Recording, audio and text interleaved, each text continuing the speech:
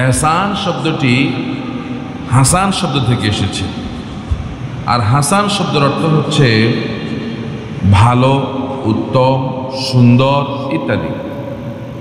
আর এহসান শব্দের অর্থ ভালোভাবে কোনো কাজ সম্পন্ন করা, উত্তম রূপে আদায় করা, ভালো আচরণ করা, ইখলাসের সাথে কাজ করা, এগুলো হচ্ছে এহসান। এহসান ইনআম বা অনুগ্রহ থেকেও ব্যাপক অর্থ বহন করে। যেমন আল্লাহ রাব্বুল আলামিন কোরআনুল কারীমে বলছেন, ইন আহসানতুম আহসানতুম লিআনফুসিকুম। রব্বুল আলামিন সূরাতু বনী ইসরাঈলের 7 নম্বর আয়াতের মধ্যে আল্লাহ পাক স্পষ্ট করে জানান দিয়ে দিলেন, শোনো, যদি তুমি এহসান করো, যদি তুমি কারো প্রতি দয়া করো, মায়া করো, এই দয়া মায়া যেন নিজের প্রতি তুমি করলা। কারো প্রতি দয়া করা, মায়া করা, এটা যেন নিজের প্রতি করা। তাহলে আমরা জানতে পারলাম যে এহসান এই শব্দগুলো আল্লাহ রাব্বুল আলামিন কোরআনুল কারীমে অনেক জায়গায় ব্যবহার করেছেন। হাদিসে এহসানের ব্যাপারে অনেক গুরুত্ব দেওয়া হয়েছে। সেখান থেকে এহসান যে শব্দটা, এটা যে অর্থ, এটা যে ভাবার্থ, এটা আদল থেকে অনেক উপরে। আদল, যেমন আল্লাহ রাব্বুল আলামিন কোরআনুল কারীমে সূরা নাহলের 90 নম্বর আয়াতে আল্লাহ পাক বলছেন, রব্বুল আলামিন বলছেন, ইন্নাল্লাহা ইয়া'মুরু বিল আদলি ওয়াল ইহসান। আল্লাহ পাক তোমাদেরকে নির্দেশ দিচ্ছেন তোমরা যেন আদল করো, মানুষের ন্যায়, ইনসাফ করো, ওয়াল ইহসান, এবং দয়া করো, মায়া করো। তাহলে আদলের চাইতেও ইহসান, এটার মর্যাদা অনেক বেশি। কারণ আদলটা হচ্ছে, ন্যায় হচ্ছে, ইনসাফ হচ্ছে যে কোনো মানুষ যে অধিকার পাওয়ার তাকে ঠিক হুবহুব ওই অধিকারটা দেওয়ার অর্থই হচ্ছে আদল। কয় লোকটা আদল করছে, ইনসাফ করছে, ন্যায় করছে। তাহলে এহসানটা কি? এহসান হচ্ছে আদলের উপরে, শুধু ইনসাফ করে নাই, বরং তার প্রতি আরো সে দয়াও করেছে। যেমন আমরা বুঝাতে গেলে এভাবে বলি, যেমন আপনার ভাতিজা বাবা মারা যাওয়ার সময় আপনার কাছে রেখে গেছে, ভাতিজাটা এতিম, সামান্য সম্পদ রেখে গেছে তার বাবা। এখন পরিণত বয়স যখন ভাতিজার হয়ে গেল, ভাতিজারে আপনারা সম্পদ দিবেন, সে যতটুক পাওয়ার অতটুক দেওয়া হচ্ছে আদল, ইনসাফ। কথা বুঝা আসছে কিনা? সে যতটুক পাবে অতটুক দেওয়ার অর্থই হচ্ছে কি? আদল, ইনসাফ। কিন্তু আপনি যদি মনে করেন যে না, যতটুকু সম্পদ সে 2 ডিসি পায়, 2 ডিসির মধ্যে একটা ঘর সে করতে পারবে না, এটা মাথা গোজার ঠাঁই হবে না। সে শরীয়তের দৃষ্টিতে এতটুক সম্পদ পাবে, আমি এতটুক তাকে দিয়ে দিলাম, এটা হচ্ছে আদল। কিন্তু আপনি মনে করলেন যে এটা সে এটা দ্বারা তার হবে না, আপনি যদি আরো 2 ডিসিম তারে বাড়াইয়া দেন নিজের থেকে, এটার নাম হবে কি? এহসান। কথা বুঝাচ্ছে কিনা? এটার নাম হলো এহসান। আচ্ছা আপনারা বলেন, এখন আমাদের সমাজে আদলে তো নাই, এহসান থাকবে কোথা থেকে? কি বলেন? যতদিন পর্যন্ত মানুষের মাঝে আদল, এহসান এগুলো সৃষ্টি না হবে, ততদিন পর্যন্ত এই সমাজ পশুত্বের সমাজে পরিণত হতে থাকবে। দিন দিন সমাজ নিকৃষ্টতার অতল গহ্বরে দিন দিন সমাজ চলে যেতে থাকবে। এই জন্যে সাহাবায়ে কেরামদের মধ্যে যেরকম আদল এবং ইহসান ছিল, রাসূলের জামানায় যেরকম আদল এবং ইহসান ছিল, সে আদল এবং ইহসান আমাদের মাঝে আবার সেগুলো প্রতিষ্ঠিত করা লাগবে। এখন পরিভাষায় ইহসান কাকে বলে? মুসলিম শরীফের হাদিসের মধ্যে এসেছে, যে হাদিসটাকে হাদিসে জিবরাইল বলা হয়। জিবরাইল আলাইহিস সালাম একবার মানুষের সুরতে অপরিচিত কোনো মানুষের সুরতে রাসূলের কাছে আসলেন। 3টা প্রশ্ন করলেন রাসূলকে, কয়েকটা প্রশ্ন করলেন।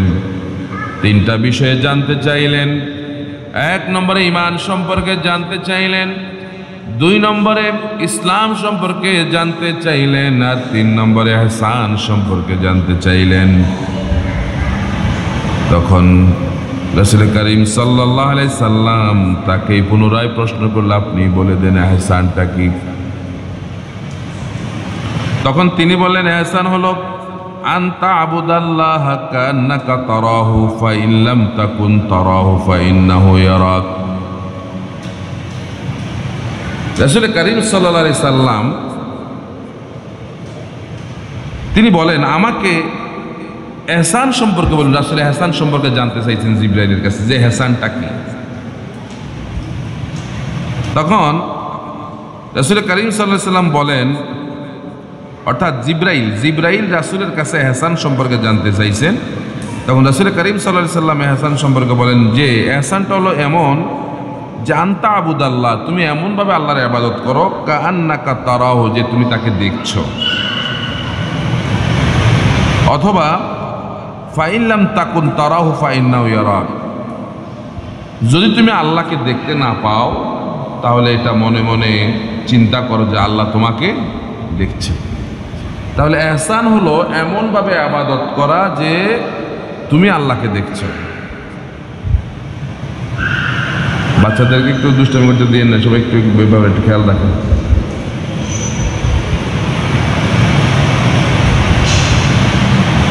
একটু সবাই সামনে একটু বসায় দেন। এটা প্রতিদিন কি শুরু হইলো এটা বুঝলাম না।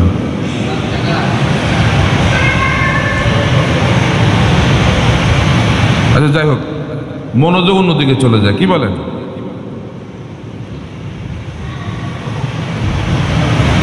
তাহলে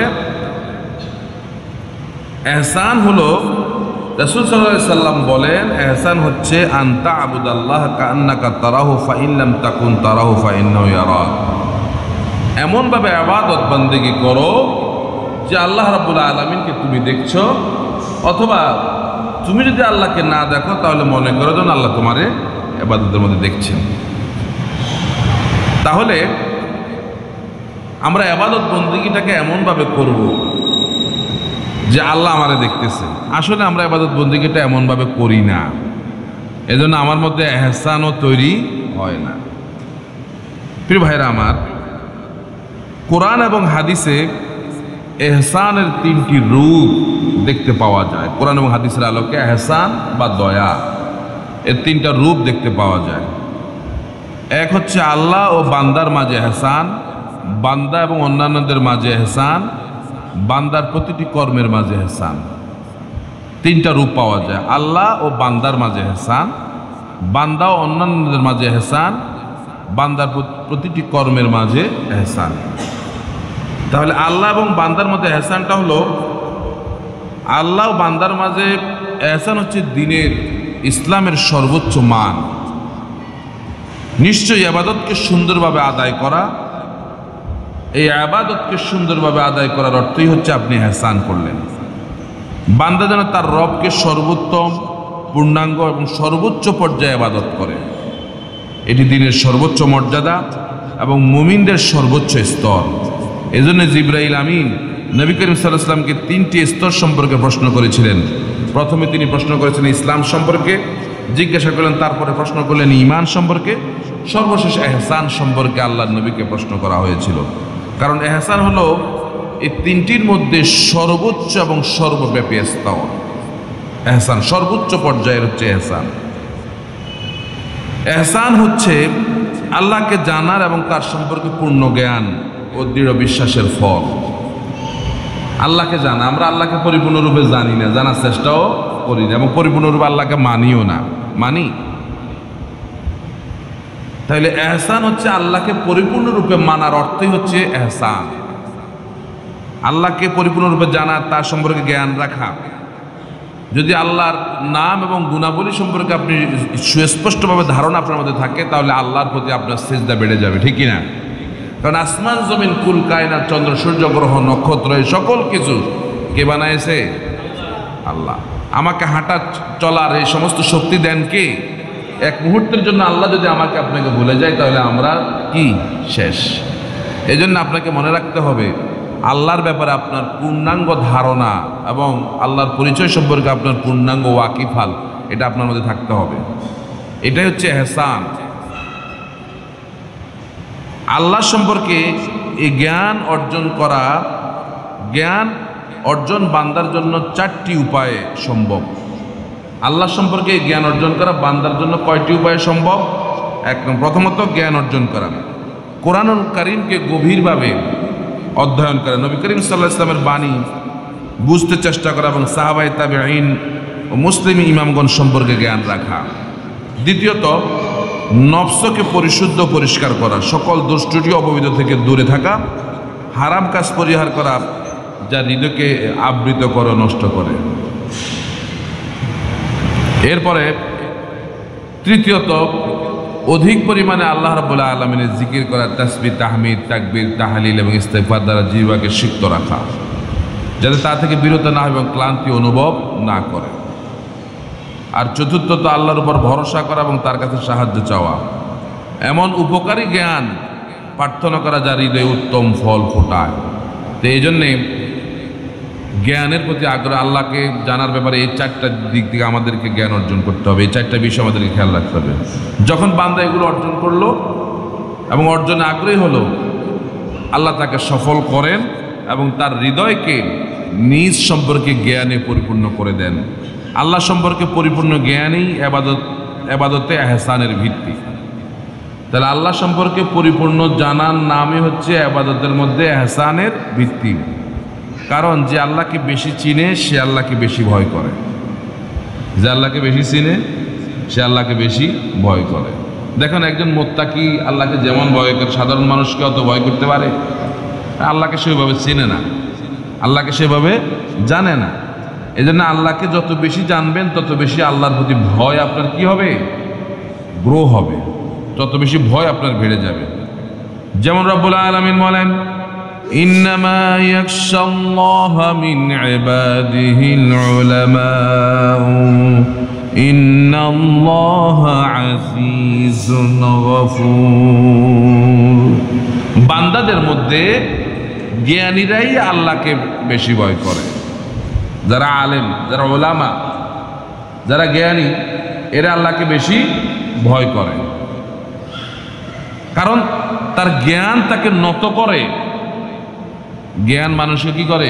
নত করে, আল্লাহকে চিনতে শিখায়, আল্লাহকে বুঝতে শিখায়, আল্লাহর পরিচয় সম্পর্কে ধারণা দেয়। এই জন্য যত বেশি জ্ঞান অর্জন করুন তত বেশি আল্লাহর প্রতি আমার আপনার সিজদা বেড়ে যায়। আল্লাহ রাব্বুল আলামিন আসমান, জমিন, মৃত্যু, জীবন সৃষ্টি করেছেন তার বান্দাদেরকে পরীক্ষা করার জন্যে। কে সর্বোত্তম আমল করে তিনি সে ব্যাপারে বলেন। রব্বুল আলামিন বলছেন, ইন্না জাআলনা মা আলাল আরদি যিনাতাল লাহা লিনাবলুয়াহুম আইয়ুহুম আহসানু আমালা। নিশ্চয় আমি রব্বুল আলামিন পৃথিবীর উপরে যা আছে তা দিয়ে পৃথিবীকে আমি আল্লাহ সাজিয়েছি, যাতে আমি পরীক্ষা করি যে তাদের মধ্যে কে সর্বোত্তম আমল করেছে। আহসানা আমালা, সর্বোত্তম আমল কে করে, কে সঠিকভাবে আল্লাহর ইবাদত বন্দেগীটা করে। অন্য আয়াতে আল্লাহ বলেন, আল্লাযী খালাকাল মাউতা ওয়াল হায়াতা লিয়াবলুয়াকুম আইয়ুকুম আহসানু আমালা ওয়া হুয়াল আজিজুল গফুর। রব্বুল আলামিন বলেন, তিনি সেই আল্লাহ যিনি মৃত্যু এবং জীবনকে যিনি সৃষ্টি করেছেন।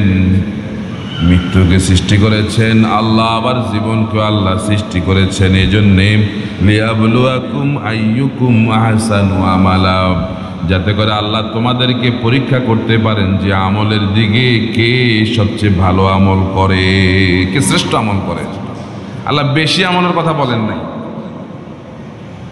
বেশি আমলের কথা বলেন। আল্লাহ বলছে উত্তম আমল, আহসানা আমালা, উত্তম, উত্তমতা। অর্থাৎ আপনার আমলগুলো যেন কি হয়? উত্তম হয়, শ্রেষ্ঠ আমল হয় যেন, এগুলোর ব্যাপারে আল্লাহ বলছেন। অনেক মানুষ আছে শুধু নামাজ পড়ে, শুধু রোজা রাখে,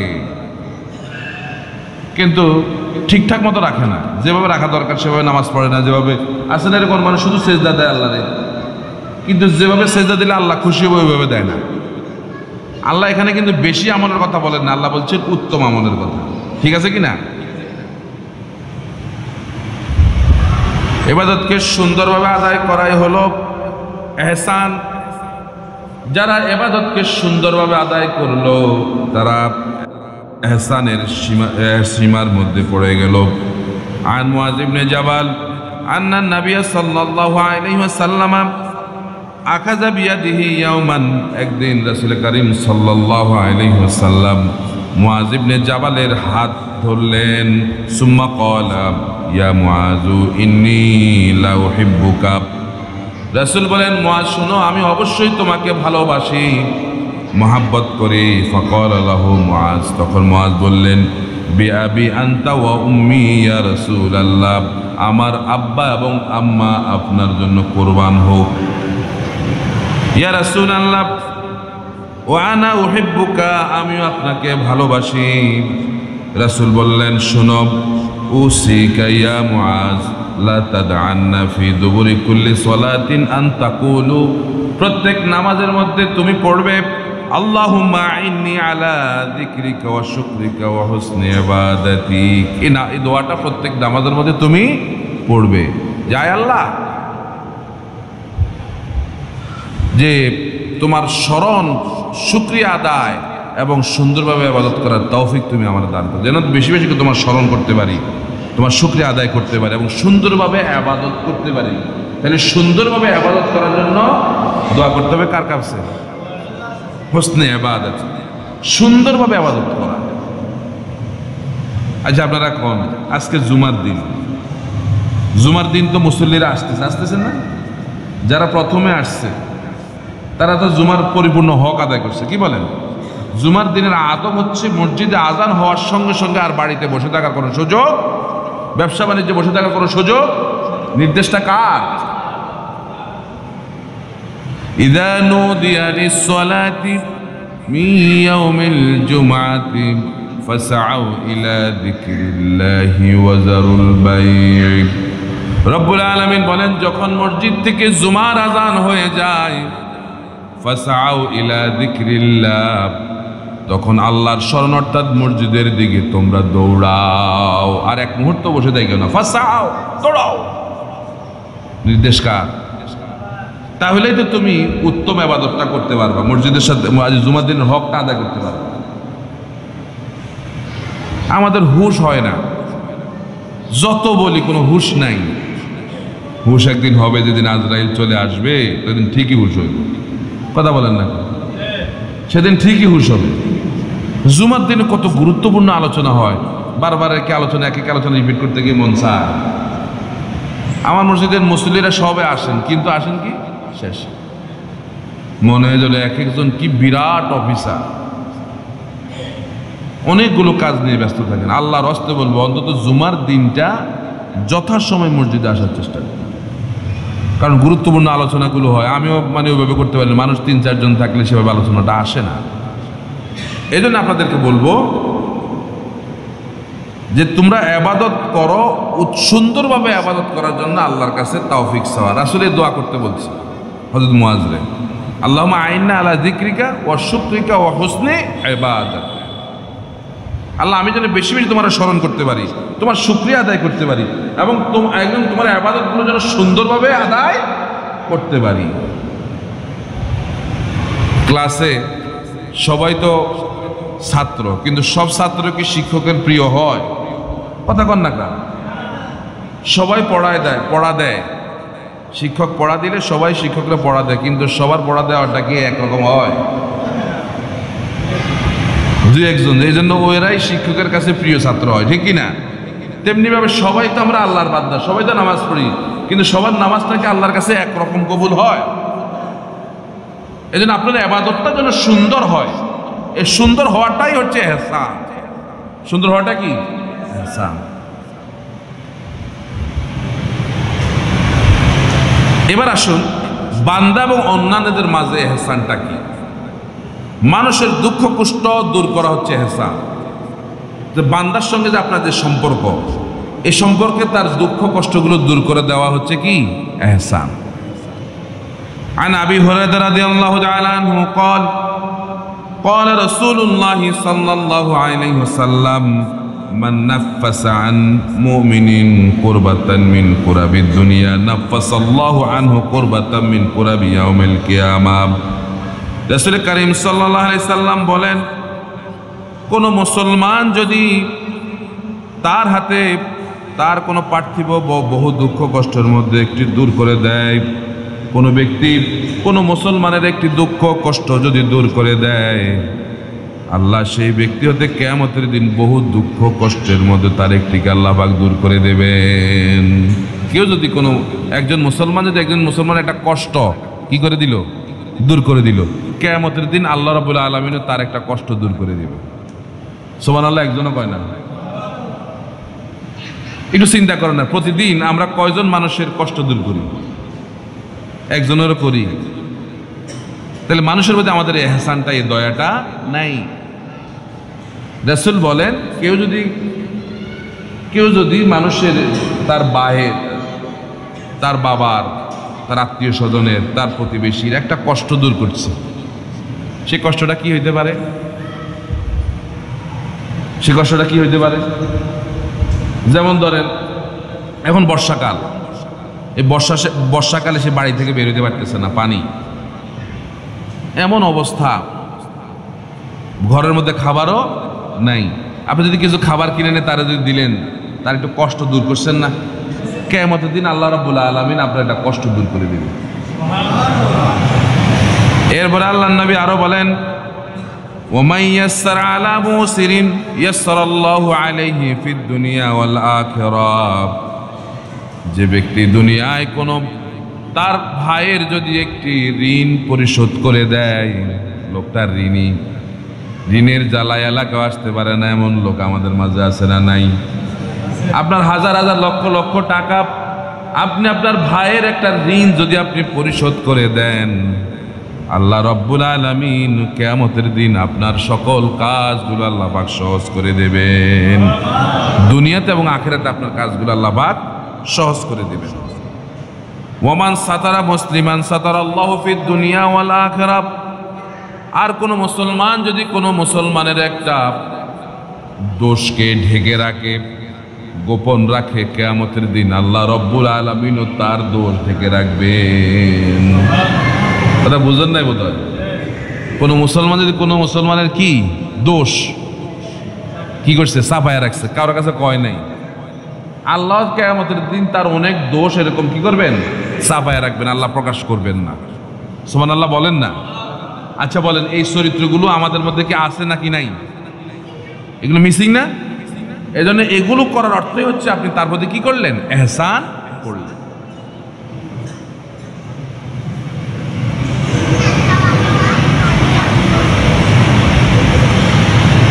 আরেক হাদিসে আল্লাহর নবী বলেন, আনা আব্দুল্লাহ ইবনে আমরিন ক্বালা ক্বালা রাসূলুল্লাহ সাল্লাল্লাহু আলাইহি ওয়াসাল্লাম আর-রাহিমুনা ইয়ারহামুহুম আর-রাহমানু ইরহামু মান ফিল আরদি ইয়ারহামকুম মান ফিস সামাইর রাহিম। আর-রাহিমু শুজনাতুন মিনার রাহমান ফামান ওয়াসালাহা ওয়াসালাহুল্লাহু ওয়া মান কাতাআহা কাতাআহুল্লাহ। হযরত আব্দুল্লাহ ইবনে আমর রাদিয়াল্লাহু তাআলা আনহু থেকে বর্ণিত, তিনি বলেন, নবী করিম সাল্লাল্লাহু আলাইহি ওয়াসাল্লাম বলেন, আর-রাহিমুনা ইয়ারহামুহুমুর রাহমান। রাসূল করিম সাল্লাল্লাহু আলাইহি ওয়াসাল্লাম বলেছেন, রহমশীলদের প্রতি রহমানও রহম করেন। রহমশীল মানে যারা মানুষের প্রতি রহম করে, দয়া করে, তাদের প্রতি দয়া করেন কে? রহমান। যারা মানুষের প্রতি দয়া করে, আল্লাহ তাদের প্রতি কি করেন? দয়া করেন। এরপর আল্লাহ বলছে,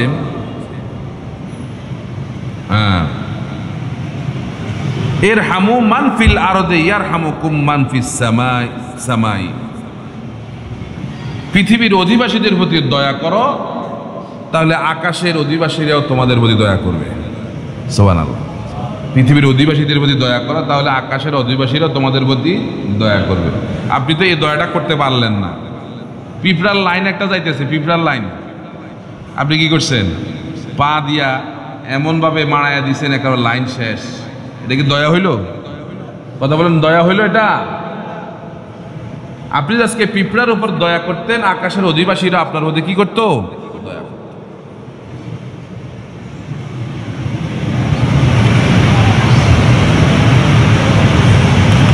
এই জন্যে আমাদেরকে এই বিষয়গুলোর প্রতি খেয়াল রাখতে হবে। তাহলে দয়াটা হচ্ছে, এই এহসানটা হচ্ছে কি, যে কেউ যদি কষ্ট দেয় তার সাথে ভালো আচরণ করা হলো এহসান। কেউ আপনাকে কষ্ট দিছে, আপনি তাকে কষ্ট দিবেন, এটা এহসান না। কেউ আপনাকে কষ্ট দিছে সারা এটা ইসলামী আদর্শ এরকম না।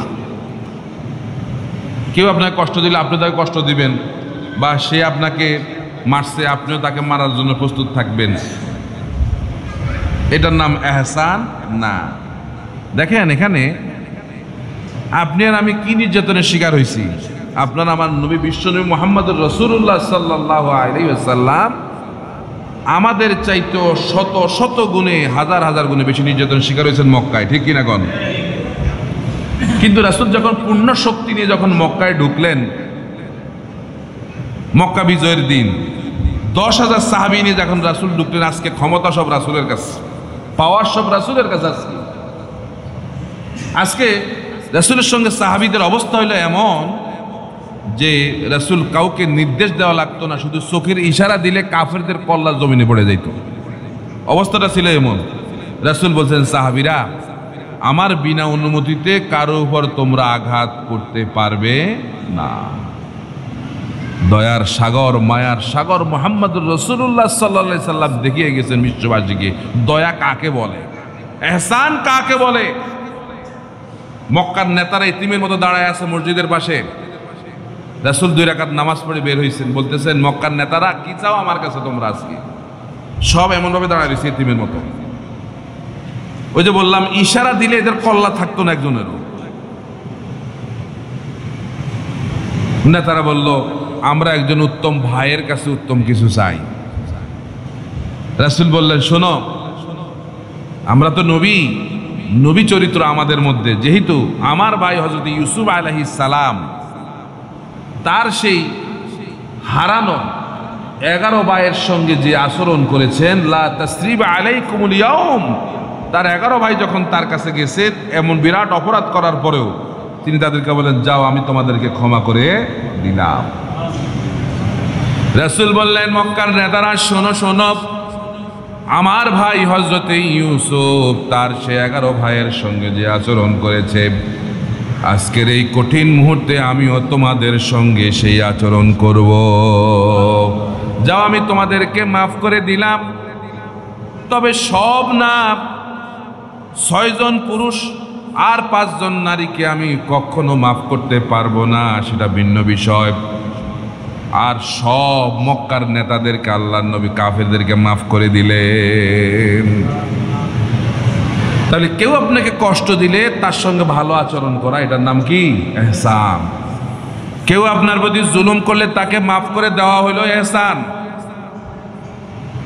আপনি যদি তার প্রতি জুলুম করলেন, তাহলে ওই যে কয়, কুকুরের কাজ কামড় দেওয়া,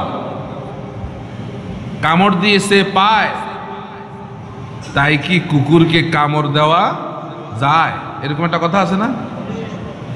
কুকুরের কাজে তো কামড় দেওয়া। যে জালেম তার কাজই তো হচ্ছে মানুষের প্রতি জুলুম করা, ঠিক কিনা বলেন? তাহলে আপনিও কি তার প্রতি জুলুম করলেন?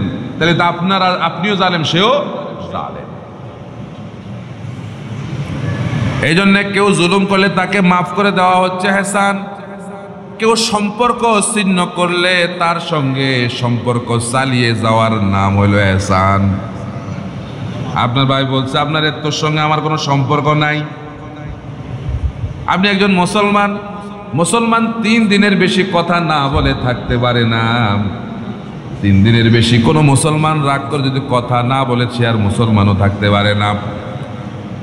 এই জন্য আপনার ভাইয়ের সঙ্গে, আপনার ভাই আপনার সঙ্গে সম্পর্ক নষ্ট করেছে, আপনি যদি উত্তম ইবাদতকারী হন, তাহলে আপনার কাজ হচ্ছে তার সঙ্গে সম্পর্ক টিকায় রাখা।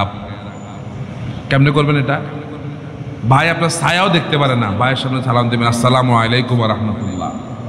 একদিন সালাম দিছেন, 2 দিন সালাম দিছেন, 3 দিন সালাম দিছেন। ভাই যদি মানুষ হয় তাহলে ভাই কি আর বসে থাকতে পারবে? কথা বলেন না কেন? ভাই কি আর বসে থাকতে পারবে? এই সালাম মানুষের মধ্যে দূরত্বটা কি করে দেয়? কমিয়ে দেয়। এই জন্যে 4 নম্বর হচ্ছে হক কথা বলা, যদিও তার নিজের বিরুদ্ধে যায়। হক কথা আপনাকে বলতেই হবে, যেটা যদি আপনি নিজের বিরুদ্ধে যায়, তাহলে আপনি যদি হক কথা বলতে পারেন তাহলে আপনি কি করছেন? ইহসান করছেন।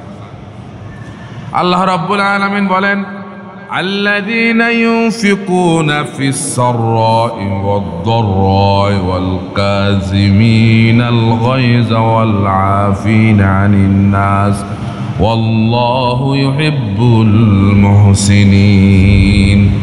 যারা দুঃখে সুখে দান করে, যারা রাগকে যারা সংবরণ করে, মানুষকে ক্ষমা করে দেয়, চরম রাগ উঠার পরেও যারা মানুষকে ক্ষমা করে দেয়, আল্লাহ রব্বুল আলামিন এই শ্রেণীর লোকদেরকে আল্লাহ পাক ভালোবাসেন। এদেরকে মুহসিন বলা হয়। মুহসিনিন কি বলা হয়? মুহসিনিন। যারা উত্তম আচরণে মানুষের সঙ্গে করেন, এদেরকে মুহসিনিন বলা হয়। মানুষের স্তর হলো 4টা। কয়টা বলেন? 1 নম্বর হচ্ছে মুমিন। আমাদের স্তর কয়টা? 4টা। 1 নম্বরে কি? মুমিন। 2 নম্বরে মুসলিম। 2 নম্বরে আমরা কি? মুসলিম। 1 নম্বর আমরা ঈমান আনার সঙ্গে সঙ্গে আমি কি হয়ে গেছি? মুমিন হয়ে গেছি। এরপরে মুসলমানের কাজগুলো করলে আমি কি হয়ে গেলাম? মুসলমান হয়ে গেলাম। কথা বুঝে আসছে কিনা? দেখেন, প্রত্যেক মুসলমানই ইমানদার, প্রত্যেক ইমানদারই আবার মুসলমান, পরিপূর্ণ মুসলমান না। কি কথা ঠিক আছে কিনা? এরপর 3 নম্বর স্তর হচ্ছে আপনি মুত্তাকি। 3 নম্বর স্তর কি? প্রত্যেক মুত্তাকি মুসলমান ইমানদার, কিন্তু প্রত্যেক ইমানদার মুসলমানই মুত্তাকি না। কি কথা ঠিক আছে কিনা? তাহলে 1 নম্বর স্তর হলো আমি ইমানদার মুমিন, 2 নম্বর স্তর হলো আমি একজন মুসলমান, আর 3 নম্বর স্তর হলো আমি একজন মুত্তাকি, আর 4 নম্বর স্তর হলো আমি একজন মুহসিন। আমি একজন মুহসিন। এই মুহসিন হয় তারা যারা সর্বোত্তম চরিত্রের মানুষ, যারা ইবাদতের মধ্যে ইহসান, মানুষের প্রতি যদি দয়া মায়া ভালোবাসা, যাদেরকে কোনোদিনও কি বলে অন্যায় আচরণ করতে দেখা যায় না, এই শ্রেণীর মানুষগুলোর এগুলো হচ্ছে নবীদের চরিত্র হয়। বেশিরভাগ কাদের চরিত্র হয়? নবীদের চরিত্র। তবে অনেক মানুষও এই স্তরে পৌঁছতে পারে, কোনো অসুবিধা নাই, যদি সে মানুষের প্রতি এরকম ইহসান, দয়া মায়া যদি এরকম হতে হয়, তাহলে এই পর্যায়ে যাইতে পারে, মানুষও মুহসিন হইতে পারে। কথা বুঝলেন? তাহলে মানুষের স্তর কয়টা বললাম? 4টা। 1 নম্বরে আমি মুমিন, 2 নম্বরে মুসলিম, 3 নম্বরে মুত্তাকি, 4 নম্বরে আমি মুহসিন। এখন আমাদের স্তর কোন জায়গায়? আমাদের স্তর কোন জায়গায়? ঈমান আনার কারণে তো আমি একজন কি মুমিন হইলাম। কি কন? মুমিন হইছি না ঈমান আনার কারণে? তাহলে ঈমানের দাবি কি আমার কাছে? আমানতু বিল্লাহি ওয়া মালাইকাতিহি ওয়া কুতুবিহি ওয়া রুসুলিহি, এরপরে ওয়াল কদরি খাইরিহি ওয়া শাররিহি মিনাল্লাহি তাআলা ওয়াল বা'সি বাদাল মাউত। 6টা বিষয়ের প্রতি আমরা ছোটবেলা উঠতো 7টা, আসলে কোরআন হাদিসে আছে কয়টার কথা? 6টা। কথা বুঝে আসছে কিনা? 6টা বা 7টা করলেও কোনো অসুবিধা নেই। একটারে ডাবল বলছে। হ্যাঁ, একটা হইলো মৃত্যু পুনরুত্থানের প্রতি বিশ্বাস, আর একটা হলো আখিরাত দিবসের প্রতি। 2টা একই কথা। কথা বুঝে আসছে কিনা? সেই হিসাবে একই কথা হইলে বিষয় হলো কয়টা? 6টা। আমানতু বিল্লাহ, কার প্রতি ঈমান? এবার আপনারা কন, আল্লাহর প্রতি কি আমাদের পূর্ণ ঈমান আছে? যারা চুপ করে রয়েছেন কথা কন না। কি কথা কি বুঝেননি? আপনারা বুঝেননি না, শুধু আন্দাজে কথা কন। আল্লাহর প্রতি পূর্ণ ঈমান আছে? সব কিছু পারেন কে? এই বিশ্বাস আছে তো আল্লাহর প্রতি? ওয়া মালাইকাতিহি, ফেরেশতাদের প্রতি বিশ্বাস আছে? এই জন্যে আল্লাহ বলেন, কেউ যদি জিব্রাইলের সঙ্গে শত্রুতা করে, সে কার সঙ্গে শত্রুতা করলো? জিব্রাইলকে, ফেরেশতাদেরকে অস্বীকার করার সুযোগ নেই। ওয়া কুতুবিহি, আল্লাহর কিতাব কয়টা? 104টা কিতাব। এর মধ্যে 4টা হইল বড় আর 100টা হইল কি ছোট। এই কিতাবগুলোর প্রতি ঈমান। ওয়া রাসূলিহি, আল্লাহ পাকের নবী রাসূলদের প্রতি বিশ্বাস আছে না আমাদের? নবী রাসূলদেরকে বিশ্বাস করি না? বিশ্বাসের আবার কয়েকটা বিষয় আছে, কি বলতাম নি? বিশ্বাস হইল ইকরার বিল লিসান, বিশ্বাস মানে ঈমান। ঈমানটা তখনই আপনার পরিপূর্ণ হবে যখন আপনি এই 3টা বিষয়কে সামনে আনবেন, আপনার মধ্যে থাকবে, তখনই পরিপূর্ণ ঈমানদার হবে। নাহলে আপনি ঈমানদারও না পরিপূর্ণ। কথা বোঝা যাচ্ছে কিনা? 1 নম্বর হচ্ছে ইকরার বিল লিসান, 2 নম্বরে তাসদীক বিল জিনান, আর 3 নম্বরে আমল বিল আরকান। 1 নম্বরে ইকরার বিল লিসান, আপনাকে স্বীকৃতি দেব মুহাম্মদ রাসূলুল্লাহ সাল্লাল্লাহু আলাইহি ওয়াসাল্লাম আমার নবী এবং আমার নেতা। 2 নম্বরে ও তাসদীক বিল জিনান, আপনাকে অন্তরে বিশ্বাস করতে হবে একমাত্র রাসূলই আমার নেতা, আর অন্য কেউ আমার নেতা হতে। এ কথা কয় না? এ চুপ হয়ে গেছে এখন। এ ভাই, আমার কথা আমি বলি যাই, হ্যাঁ, আমি কোরআন হাদিস থেকে যা শিখছি তা বলে যাই। অন্তরে বিশ্বাস করুন রাসূলই আমার নেতা। 3 নম্বরে আমল বিল আরকান, রাসূল যে আমার নেতা মাঠে ময়দানও এটাকে স্বীকৃতি দেওয়া এবং আপনার কাজে পরিণত করার অর্থই হচ্ছে আপনি ঈমানদার। ঠিক আছে কিনা? এই দৃষ্টিকোণ থেকে আমরা কয়জন আছি ঈমানের মধ্যে? কথার কথা। এর 2 নম্বরের স্তর হচ্ছে আমি মুসলমান। ঈমান আনার পরে আমি নিজেকে মুসলমান দাবি করলাম, অথচ মুসলমানের বিষয়ে রাসূল হাদিসের মধ্যে স্পষ্ট করে বলেন যে আল মুসলিমু মান সালিম আল মুসলিমুনা মিন লিসানি ওয়া ইয়াদি, মুসলমান তো ওই ব্যক্তি যার হাত এবং মুখ থেকে অপর মুসলমান নিরাপদ থাকে। এবার বলেন, আমি কি মুসলমানের মধ্যে আছি? আমার হাত থেকে কি আমার ভাই নিরাপদ? আমার মুখ থেকে কি আমার প্রতিবেশী নিরাপদ? তাহলে আমি কিসের মুসলমান? আমি ঈমানদার দাবি করি, আমি তো ঈমানদারও না, আমি মুসলমানও না। আমি কোন পর্যায়ে আছি একটু উপলব্ধি করা দরকার, ঠিক কিনা? ইহসান তো পরের বিষয়, মুহসিনিন তো পরের বিষয়।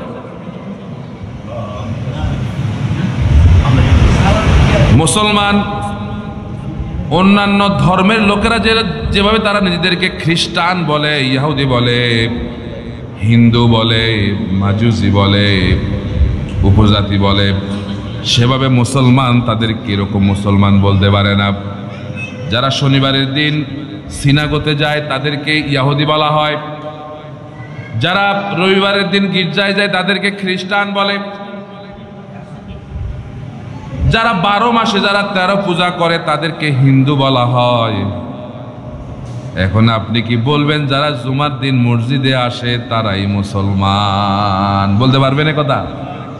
যারা জুমার দিন মসজিদে আসে তারাই মুসলমান, এ কথা বলতে পারবেন না? কারণ ইসলাম হচ্ছে as a complete code of life, পরিপূর্ণ জীবন ব্যবস্থা। আপনার কথা কাজে সবটাই উদখুলু ফিস সিলমে কাফা, পরিপূর্ণ আপনার ইসলামাইজড হইতে হবে আপনার মধ্যে। পরিপূর্ণ ইসলাম আপনার মধ্যে থাকলে আপনি মুসলমান। মুসলমানের সংজ্ঞা এমনি এমনি অন্যান্য ধর্মের লোকদের মধ্যে দিলে হবে না। কারণ মুসলমান হচ্ছে একটা রেগুলেশন জাতি, একটি বিপ্লবাত্মক জাতি। এই জাতি যখন ইসলামকে সঠিকভাবে অন্তরের মধ্যে ধারণ করবে, একজন মুসলমান যখন ঈমানদার হয়ে মুসলমান হবে, মুসলমান হয়ে যখন মুত্তাকি হবে, যখন মুসলমান হয়ে মুত্তাকি হওয়ার পর যখন মুহসিনিন হবে, তখন সারা পৃথিবী কাফের মুশরিকরা তখন মুসলমানদেরকে ভয় পাবে। কথা বোঝা যাচ্ছে কিনা? কারণ তারা জানে মুসলমানদের, তারা যত হাজার প্রযুক্তি আবিষ্কার করুক, যত আয়রন ডোম বানাক না কেন, তাদের এই সমস্ত অস্ত্রের চাইতে মুসলমানদের একটা বড় অস্ত্র আছে, সে অস্ত্রের নাম হচ্ছে ঈমান। সে অস্ত্রের নাম কি? ঈমান। এই জন্যে আমাদেরকে মুহসিনিন হতে হবে। আল্লাহ রাব্বুল আলামিন অন্য আয়াতে বলেন, ওয়ালা তাস্তাবিল হাসানাতু ওয়ালাস সাইয়্যা ইদফা বিল্লাতি হিয়া আহসানু ফাইদাল্লাযী বাইনাকা ওয়া বাইনাহু আদাওয়া কাআন্নাহু ওয়ালিয়্যুন হামীম। সুবহানাল্লাহ। কোন কয় ভালো এবং মন্দ এই দুইটা কি কখনো সমান হতে পারে? বলেন না কথা। লা ইয়াস্তাবিল হাসানাতু ওয়ালাস সাইয়্যা, ভালো এবং মন্দ এটা কখনো সমান হতে। ইদফা বিল্লাতি হিয়া আহসান, মন্দের জবাব মন্দ দিয়ে নয়, মন্দের জবাব দাও উত্তম আচরণ দিয়ে। যেটা উত্তম, এই উত্তম দিয়ে মন্দের জবাব দাও। সে তোমার সঙ্গে শত্রুতা করছে, তুমিও তার সঙ্গে শত্রুতা করলে দিন দিন এটা বাড়বে। তো সুতরাং তুমি তার সঙ্গে শত্রুতা করো না, তুমি যদি তার সঙ্গে উত্তম আচরণ করো। আল্লাহ বলেন ফাইদাল্লাযী বাইনাকা ওয়া বাইনাহু আদাওয়া, যদি শত্রুতাও থাকে দুইজনের মাঝে, উত্তম আচরণের কারণে কাআন্নাহু ওয়ালিয়্যুন হামীম, এই উত্তম আচরণের কারণে দেখা যাবে একদিন আর তাদের মধ্যে কি নাই, শত্রুতা, পরম বন্ধুতে তারা পরিণত হয়ে যাবে।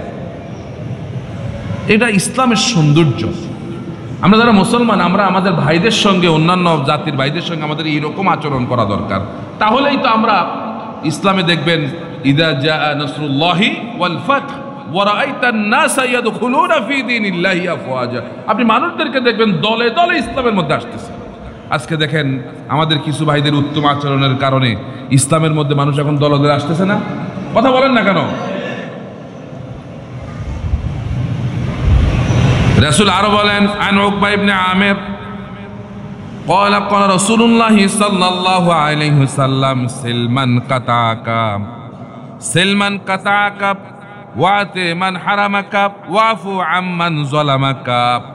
উকবা ইবনে আমির রাদিয়াল্লাহু তাআলা আনহু হইতে বর্ণিত, রাসূল করিম সাল্লাল্লাহু আলাইহি সাল্লাম বলেছেন, তোমাদের সঙ্গে জাতীয়তা ছিন্ন করে, সিলমান কাতাকা, যে তোমার সঙ্গে আত্মীয়তা ছিন্ন করে তুমি তার সঙ্গে আত্মীয়তা জোড়ায়া দাও। সুবহানাল্লাহ। কোন যে তোমার দূর দূর করে তাড়াইলে তুমি তার বুকে টেনে নাও, তুমি তার কপালের মধ্যে চুমু একটা দিয়া দাও, দেখবে সব সব সব ভুলে গেছে।